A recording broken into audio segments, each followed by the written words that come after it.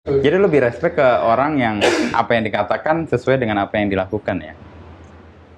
Enggak, gue respect sama orang yang punya kekayaan pengalaman batin, pengalaman hidup. Gitu. Gue respect sama orang yang, gue respect sama orang yang tidak menghakimi. Oke, itu persis yang di Maria Zaitun kalau kita balik ke awal tadi. Dan hidupnya kan perjalanan tuh Maria Zaitun itu. Siang, jam 1, jam 3 nih yang belum tahu Maria Zaitun suruh cari tuh. Lalu jam 4, lalu menjelang senja sampai malam dan kemudian hilang. Itu perjalanan ini. Itulah yang makanya gue rasa dunia berantem kan karena kita semua saling mati, Mas. Jadi profesi yang harus kita hilangkan hakim.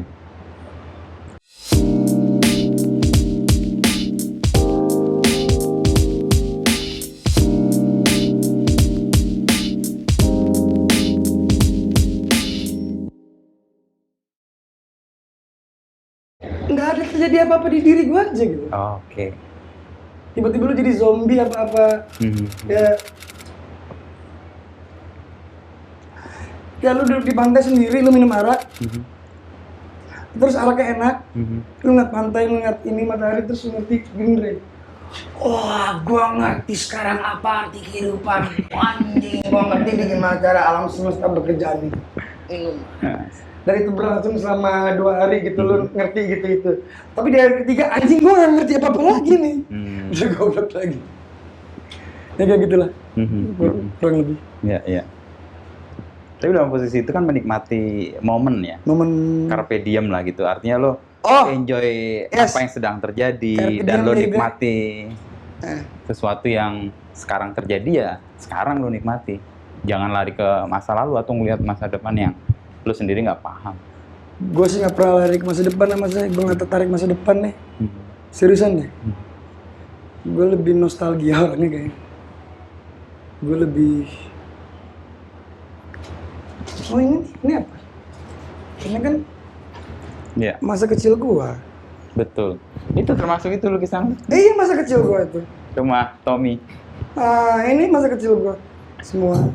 Karena pandemi, gua nggak bisa ketemu bapak ibu gua berbulan-bulan.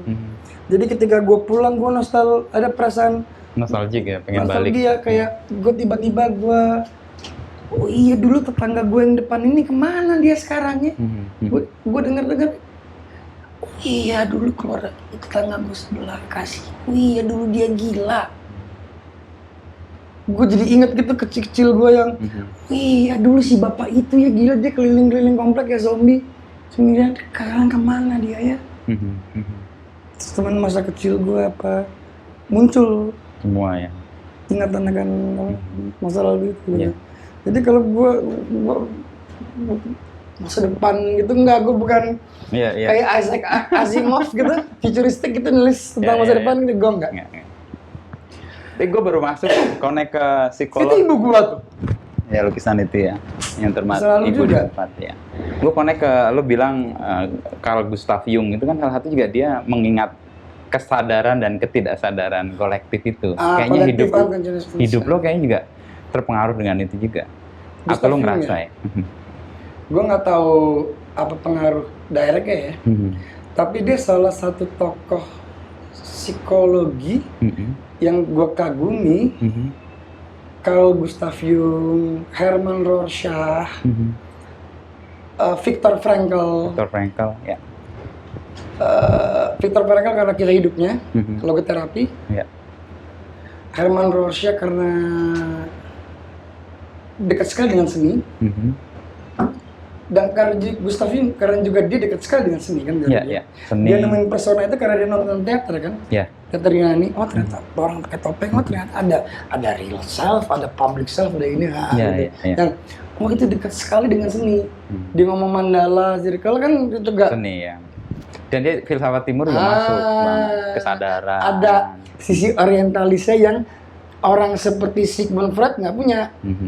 Sigmund Freud kan buset deh. Aku barat banget. Eropa aja udah wes lu orang mana Jerman, orang Austria mana lo. Ya udah gitu. Taunya itu. Mana paham dia. Pengakuan pariem. Wah, gue nggak ngerti, dicoba deh. Sigmund Freud suruh nggak menganalisa pariem. Atau Marsinah gitu, atau Gus Dur gitu misalnya. Nggak dapet. Kalau bisa sih memaafkan, misalnya gitu. Kalau bisa sih nggak dendam atau siapapun sih. Orang-orang hebat di kita gitu yang mungkin di barat itu nggak dapat logiknya, men. Dan Jung dia crossing di situ ya. Iya, Dia menemukan. dia bermain di area yang belum pernah disentuh oleh pendahulunya. Dan itu gue suka. Ya. Kalau Gustav Jung gue suka, Jung gue suka. Animus gitu. Ya. Ayo, karena tuh lu baca itu bukan kayak lu belajar dibebani dengan hal-hal yang Tapi dekat dengan pengalaman kita kan. iya, dan kalau gue merasa dekat karena ya mungkin karena dia dekat dengan seni juga kali. Karena Gustav Jung suka nonton teater kali itu orang itu gue rasa tuh. Kalau Freud kan seks Segala banget. sesuatu dilarikan ke. Terus ceritanya dulu gini, waktu gue belajar ceritanya teh belajar Freud deh, apa psikologi klinis gitu ya. Ada satu, gue nggak mau nyebut nama, jangan nyebut nama juga. Dosennya tuh ceritanya belum menikah, udah tua. Jadi gue pikir, omong kosong nih, lu ngewe aja belum pernah, lu mau ngebahas Freud anjing, gue nggak percaya sama lu dosen. Anjing. Gak, gue pikiran gue aja gitu kayak, ini kan kagak nikah ya. Terus dia kayak orang yang moralis banget gitu, kayaknya bukan yang orang free sex gitu kayaknya sih. Terus dia ngajarin, oke, ini ya, ini seksual ini apa fiksasi oral, fiksasi ini yang berubah seks. Emang lo tahu apa anjing sebenarnya? Ya jadi bertanya Oke. gitu. Jadi lebih respect ke orang yang apa yang dikatakan sesuai dengan apa yang dilakukan ya. Enggak, gue respect sama orang yang punya kekayaan pengalaman batin, pengalaman hidup. Gitu. Gue respect sama orang yang tidak menghakimi. Oke. Itu persis yang di Maria Zaitun kalau kita balik ke awal tadi. Dan hidupnya kan perjalanan tuh Maria Zaitun itu. Siang, jam 1, jam 3 nih yang belum tahu Maria Zaitun suruh cari tuh. Lalu jam 4, lalu menjelang senja sampai malam dan kemudian hilang. Itu perjalanannya. Itulah yang makanya gue rasa dunia berantem kan karena kita semua saling menghakimi, Mas. Jadi profesi yang harus kita hilangkan hakim. Enggak, pertanyaan saya mengapa tiada hakim yang berambut gondrong? Tapi di luar negeri juri itu rambutnya gondrong-gondrong. Yang di Iya, kan gue nggak ngerti kenapa tuh. Kalau sekarang kan klimis-klimis kayak. Oke. Ya kayak kemarin siapa? Mr. Deddy Cahyadi. Orang sibuk menghakimi Gisel. Kok Gisel tidak bermoral? Padahal dia coli juga. Dijadiin bacol sama dia. Bokis lo mah. Bilang aja. Aduh, kasihan Karena gue percaya lu tidak bisa disalahkan atas apa yang lu lakukan di ranah privat lu, di ruang privat lu. Lu gak bisa disalahkan. Ini studio gue nih, Mas. Gue mau telanjang mau gimana ya? Terus lu rekam nih. Kalau itu sampai nyebar bukan salah gua, men, salah lu, men. Ini tempat gua loh. Rocky Gerung bilang tempat paling bebas di alam semesta apa? Ruang kelas. Salah. Studio. Anjing, Rocky Gerung gila. Ntar gua ngeliat lu ini Mas sama Butet kalau udah ngomong ada kutipan. Nah, kutipan gue gitu ya. Rocky Gerung salah, seret, Profesor J.J. Boy sarjana hoax, terus sekitar. Anjing, gaya banget Gendry. Tempat paling bebas di dunia adalah di alam semesta adalah kelas A, enggak. Kelas apaan? Orang gue didoktrin nih kelas gue. Salah Rocky Gerung, salah enggak, studio. Tempat paling bebas di dunia.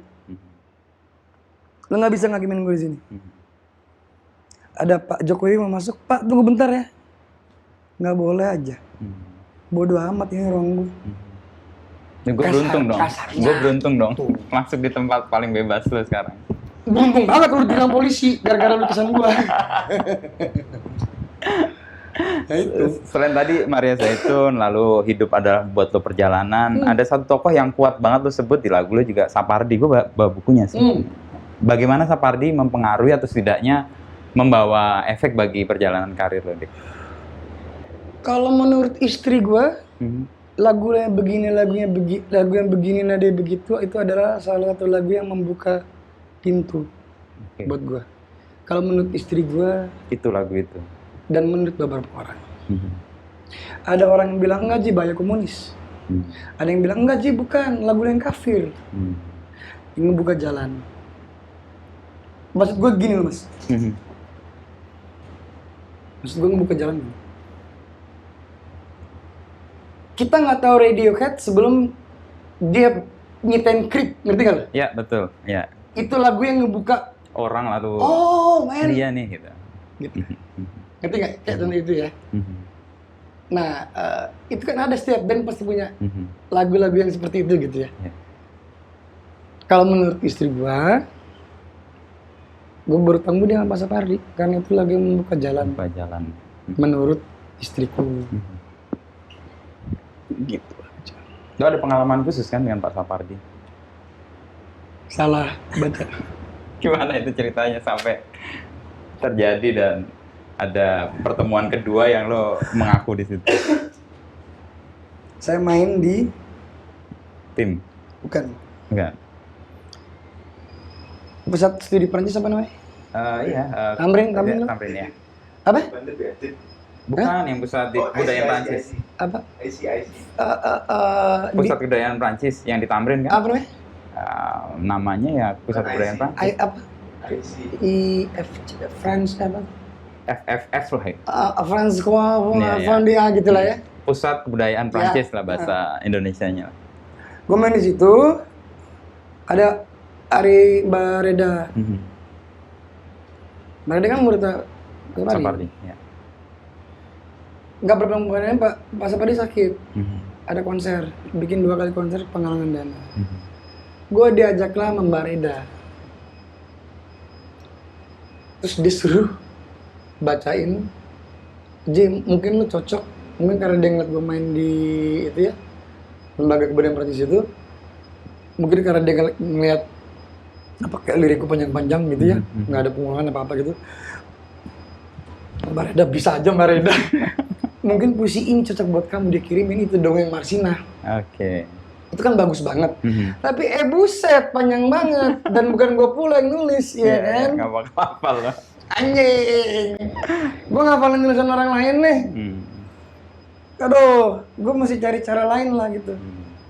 Dan gue mesti gocek Reda Gaudini dan Mas Ari Malibu, gue mesti gocek anjing ini senior 2. Karena itu tadi ketika kita bicara musikalisasi puisi, orang langsung mikir Ari Reda. Itu gayanya gitu, kiblatnya gitu ya. Yang tadi bilang itu makanya. Ya. Sementara gue pengen ke Las Vegas. Asik. Beda kiblat. Atau mungkin gini seperti bukan gue menghina gini. Ini berpendapat Mas. Gue bosan sekali mendengarkan orang puisi. Terus ntar ada orang mention. Aduh. Enggak banget lah ya.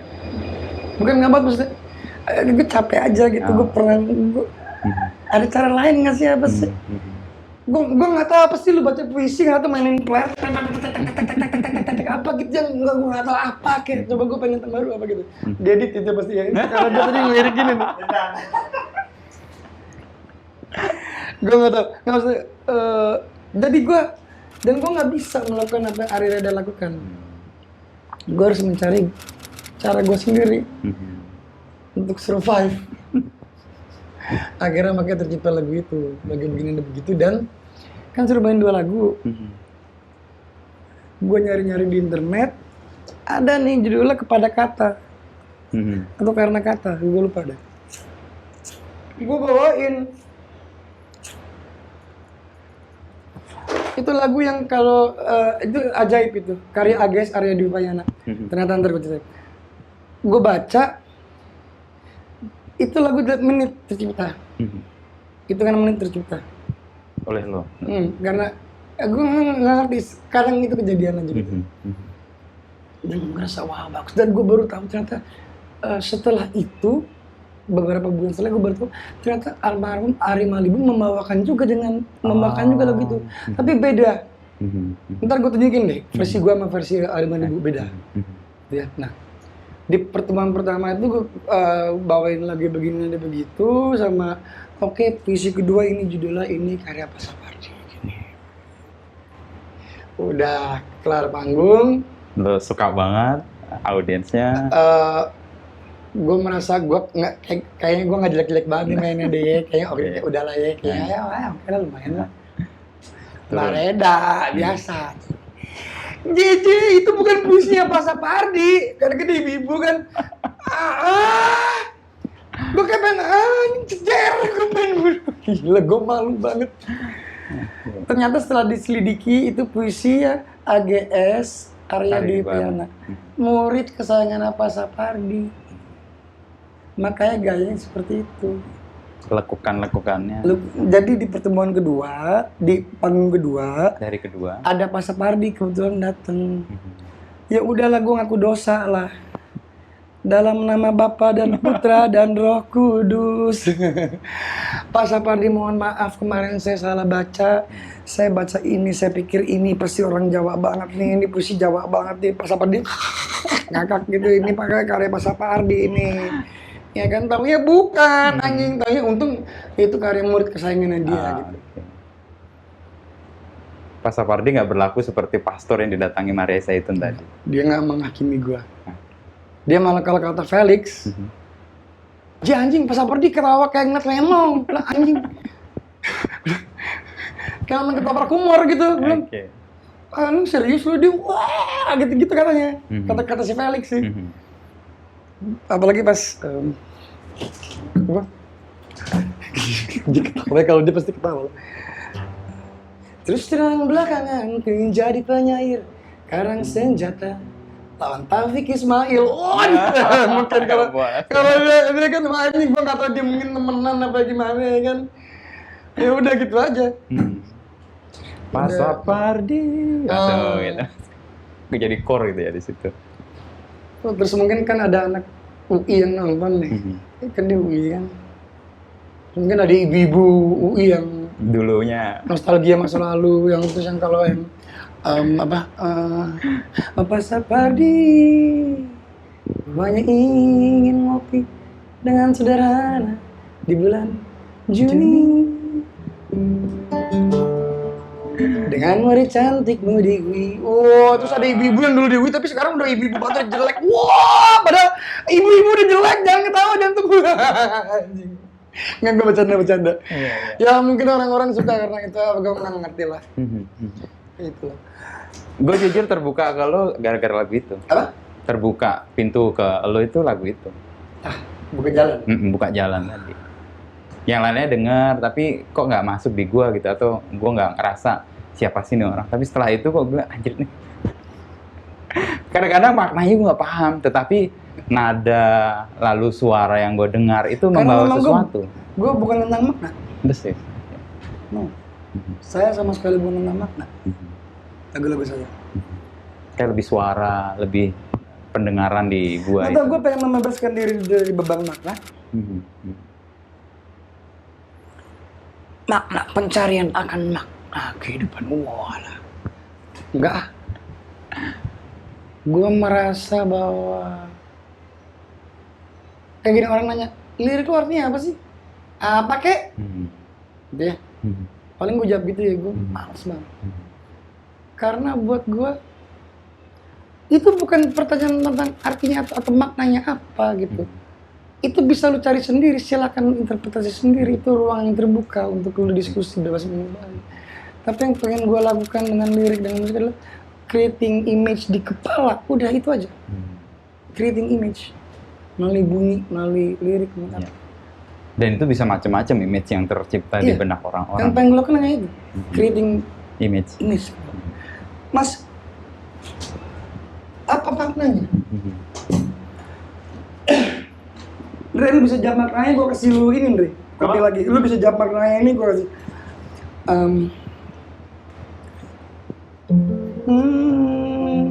Britney Spears dan Pevita Pierce lari lebih kencang dari Nasarudin, no panggilin Hotman Paris karena ternyata the Police sudah sampai di depan gang di Saidan, di samping apotek Kaliasin Santa Monica Boulevard. Apa maknanya? Opo. Tapi suara itu mengandung imajinasi macam-macam di gua. Tapi kan di dalam gang di Saidan. Mas Heru. Iya. Ini orang tua. Nih. Tadi gue baru dikirim Mas Heru, thank you, makasih. Barang kaos kaki gua sama. Orang jadi inget itu. Iya, iya. Atau apotek kali asin, Aka itu kan si Ucok. Iya, Di iya. situ. Kan, waktu itu langit sedang kasmaran. Hey, buktinya berwarna jingga dan menyanyikan lagu tentang aku. Ada maknanya. Lu kulihat sore sedang asik-asiknya minum berkopi, mencumbu senja di batas kata. Itu kan Ernie Johan. Senja Di batas kota. di batas kota. Nggak fuck you kota, gue kata. Gue gituin aja. Benar sore sedang asik-asik minum kopi, mencumbu senja di batas kata. Mereka bertanya, hari ini hari apa? Green Day kah atau Pure Saturday kah? Apa maknanya? Hey, hari ini Monday Gaskaro. Jawab Abdul sang pelayan dari warung kopi. Gue nggak tahu Abdul and Coffee Theory. Iya, iya. Sore ngambek, lalu pergi tanpa pesan. Apa maknanya? Nggak ada.